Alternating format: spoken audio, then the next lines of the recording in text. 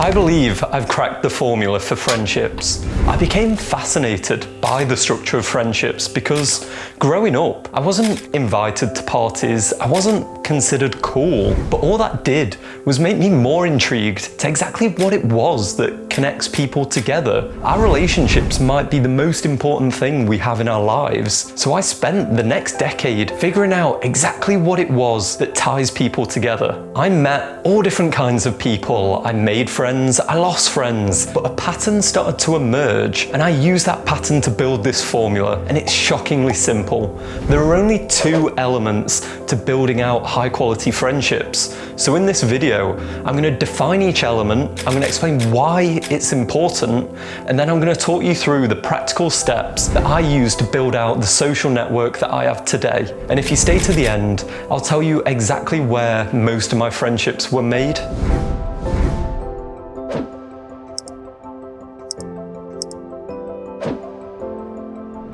The first element, shared experience. I define shared experience as any time myself and another person go through an experience together that provokes an emotion, because shared experience is essentially just shared emotion. Our relationships are built on this, even the most masculine ones. If you think of two men that go off to war together, they experience pain, suffering, triumph, struggle, all emotions. They create the bridge between us because we all think differently, but we all feel the same. How we experience life shapes us. Those two men that go off to war, if all they do is go off and spend 2 weeks standing in a field and then just come home, they won't have anywhere near the same kind of bond because they won't have gone through any kind of heightened emotional experience. One YouTube channel that I saw take advantage of this really well was Hot Ones. If you're not familiar with it, it's an interview-based format, and the host and the guest go through round after round of incrementally hotter hot wings, and they have to go through them whilst they're trying to answer questions. And this is genius, because what it does is allow the guest and the host to have a shared experience together. They get to go through the pain and the struggle of eating each round of hot wing, only to get the triumph at the end of it. It bonds them together, and they start to trust him, and they open up. It is not a surprise to me at all that this channel just exploded. That's a lot. That's a fully coded meatball right there. This is dumb. This is very stupid, but I would point out it was your idea, Paul. So, to be in sick the rest of the day. All right.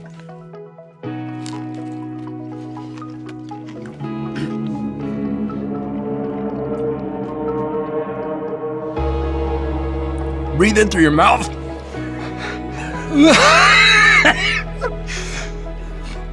It's like breathing in dry ice. Yeah, exactly. Can you is it make you cry? Yeah. Well, yeah. I'm shedding. I'm watering up quite a bit actually. So the first stage in learning to develop killer relationships is learning to establish shared experience. Here's a bunch of practical ways of how I created shared experience in my life. I'm going to get this point in first. And if you're thinking that you'll be able to create these high quality friendships whilst sat on your phone, liking Sam's photo on Instagram every other month, it just doesn't work that way. I've tried it. Those friendships fall apart. The way that I've always done it, unfortunately, is through activities. We actually have to get up and do things together to bond. Robert Dunbar, an expert on relationships, breaks down that because of men's tribal nature, the way that we associate to each other is almost always in some form of activity. For me, I love running. I'm really big on getting my friends to sign up for races with me because that allows us to train together, allows us to race together, and we get to go through all of the pain and struggle of that preparation. We have to get up out of our house on a cold Tuesday night to go for a 20k run, and that sucks, but the fact you're doing it with someone else creates that bond together. So for me, running's been an amazing way for me to build out my friendships because you feel connected, but not all of my friends are into running, so I can't always use that as a crutch. One of the other things that I really like are movies. I love the cinema. It's maybe one of my favorite places to go. You can just lose yourself in story, and a good story, it elicits emotion. And that's why it's an awesome place to go with people, because it's an activity that brings you together. There's a reason that The horror movie and the comedy are just eternal genres, whilst genres like the Western and probably soon to be the comic book movie die out because they elicit such a specific emotion out of people that they can go and bond together. How many people group up and go to see horror movies all the time? And it's because we get to go, we get to be scared together, we get to feel the same emotion all at the same time, and that creates memories, because one of the things that keeps people together is a long series of memories. I actually think it's a myth that male friendships are meant to be easier than female friendships, because as of such an active component, it's really easy to just get lazy and no longer start contributing to the group. We see this all the time in the fact that men on average are way lonelier than women as they start to age up. Because for women, they can just meet up together and talk through some stuff, and that is really great bonding for them. But for men, we need to be out, we need to be doing something. There needs to be almost a third-party activity so we can bond shoulder to shoulder. Because that's the funny thing about men. We actually bond shoulder to shoulder rather than face to face. And this is even reflected in how we stand with each other. If two men are stood talking, there will always be an opening in how they're speaking to each other. There isn't a direct eye contact. All that signifies is basically they're either going to fight or they're going to kiss. So it's a really cool stat that if you look at men, we will never stand face to face. We bond shoulder to shoulder and we bond through shared experience. Some other practical examples that I've done personally is going to salsa classes and going to improv classes. And the thing with these kind of activities, if you have no one to go with, well, you'll make friends there. But if you do, take your own friends and you just develop into better friends. It's an amazing mechanism for just building higher quality friendships through going through the shared experience of trying something new, failing, succeeding, having that kind of emotional elation of the first time you don't just completely fuck up your dancing moves at salsa and embarrass yourself in front of the 7th girl that night. True story. But do you know what's really funny?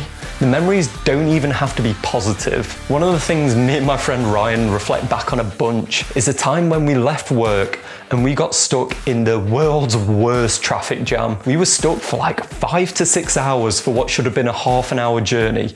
It was awful. We were so frustrated. We were so annoyed going through this. But because we went through it together, we now look back on it and laugh at what it actually took out of us going through that journey. And that's the amazing thing. We just need to create opportunities for experience. And that doesn't really happen whilst we're sat on the sofa flicking around Instagram. Shared experience is key, but it's not actually the only thing that you need to build quality friendships. And I know this because I went on a meditation retreat and it was pretty crazy. It was me and a bunch of other guys. We weren't allowed to speak for 10 days and we were just going through day after day of waking up at 4 a.m. together, meditating for like 10 hours a day on end. We couldn't eat after midday. It was crazy. It was one of the most emotionally impactful experiences I've had. And on the 10th day, when we could start talking to each other again, we were going around like brothers in arms that we'd been to war. I still consider it my most tough psychological battle I think I've ever done. And we were all so bonded by this. However, I'm not actually in touch with any of the guys I went through that experience with. So shared experience alone isn't actually enough to build out your relationships. So this is why we need our second variable, time. I define time as the number of active contact points and the recency of those points. The meditation retreat, whilst it was a powerful experience, it was only one contact point. If I'd have wanted that relationship I had with those guys to continue, I needed to reach out. I needed to establish more points of contact coming up into my present. And I didn't do that. And I'm sure you will have experienced this in the past where you met someone, they seem really awesome, maybe you exchanged details, but you never actually met them again. And that's the issue with high quality friendships. They take maintenance, they take investment from you to keep them ticking over, and you need that recency. Otherwise, the friendship might just fade away. Like when we introduce a new habit, frequency matters. We need to actually establish multiple points of contact to create a new relationship. We can't just do one big blowout and then, cool, we're friends for life now. It just doesn't really work that way.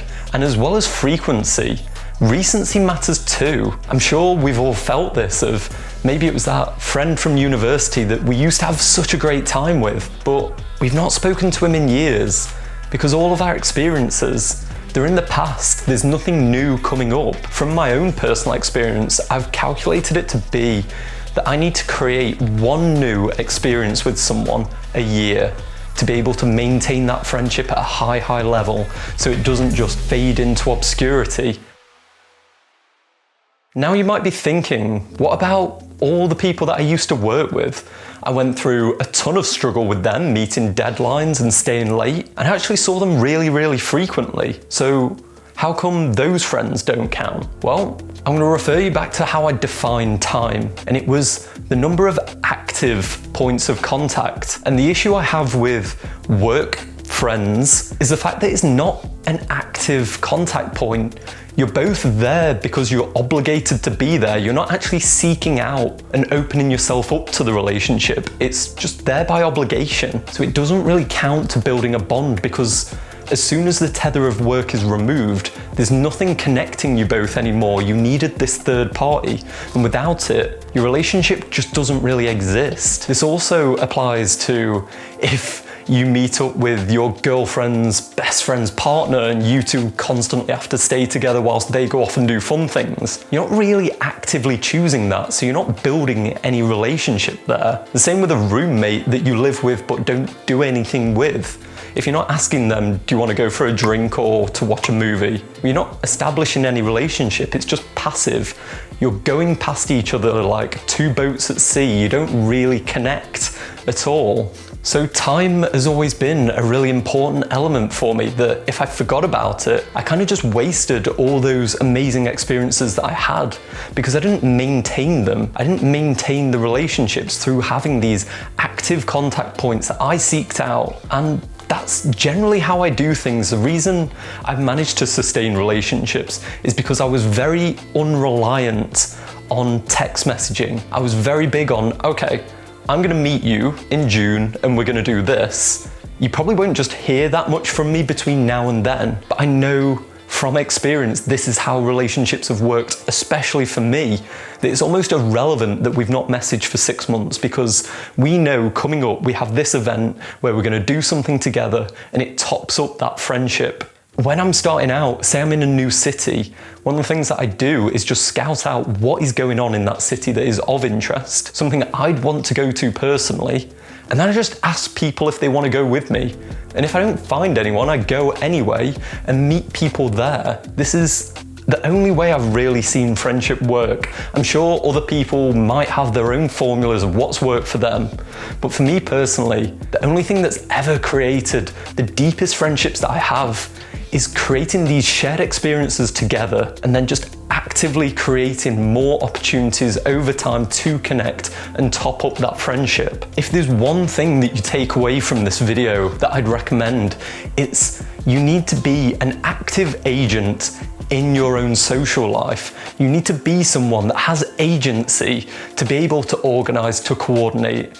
They're actually referred to in the scientific world as igniters because everybody is dying out to be more social, but we're all too scared to take the first step. So if you can be that person that can try and coordinate something, maybe it's going to a board game cafe, maybe it's just going out for a walk, doing something that is active because active things create that kind of shared experience. And I'm not saying that you can't just have a night where you chill. It is possible to do that, sort of just generally chilling, laughing, having a good time. It creates a shared experience, but it's nowhere near as powerful as that time that you and a bunch of your close friends went to Budapest, saw one of your heroes and had an amazing week together. That is such a powerful shared experience that will last us for quite a while compared to sat on your sofa, you went round, your friend was playing on the iPad and you were just kind of texting someone else. There's nothing there. It's not connecting you. This won't work. Learning to be the active agent of your own social life is probably the most vital thing to take away from this video. Okay, you want to know where did I make most of my friendships? I made most of my friendships going to the gym. I'm a real lazy fucker, and I don't really like working out on my own, so I just learned that if I could invite other people, I was more motivated to do it myself. And then a pattern started to emerge that I just ended up being really good friends with everyone that came to the gym with me. And it's because it fits the formula perfectly. It's a place that creates a shared experience of triumph and struggle and pain once again. And then it has frequency built in. You don't really just go to the gym once. You do it time and time again. So all that's happening is just time and time again, you and your friend are going through this experience together, feeling that triumph and building that relationship up. I probably have over 10 to 12 plus friends that I would say the main place that we have bonded is through going to the gym. If you're really struggling, maybe you've got a few contacts where you're sort of friends with them, but maybe you're not as good close as you could be. Ask them if they want to go to the gym. You don't need to be some Hercules to be able to take people to the gym. I've gone to the gym with people that are way stronger than me and ones that are way weaker, and everything in the middle. It's kind of irrelevant. The emotion and the struggle is still the same. It's just you're operating at different levels. So if you have a few friends, it allows you to start aiming up together. If I could recommend any adoption of habit, just find a gym partner. This formula has served me so well in my life, but it wasn't effortless. You might get lucky and sometimes someone just wanders into your life and you click and you get a friend. But most of the time, it takes maintenance and it takes hard work. But every ounce of effort that I've put into my friendships, I can easily say they've paid off over 100 times in reward. Hey everyone, I hope you enjoyed the video, and if you did, throw us a like and subscribe down below. It really helps. And if you want to watch more videos that I know you're going to love, click the link right here. Peace.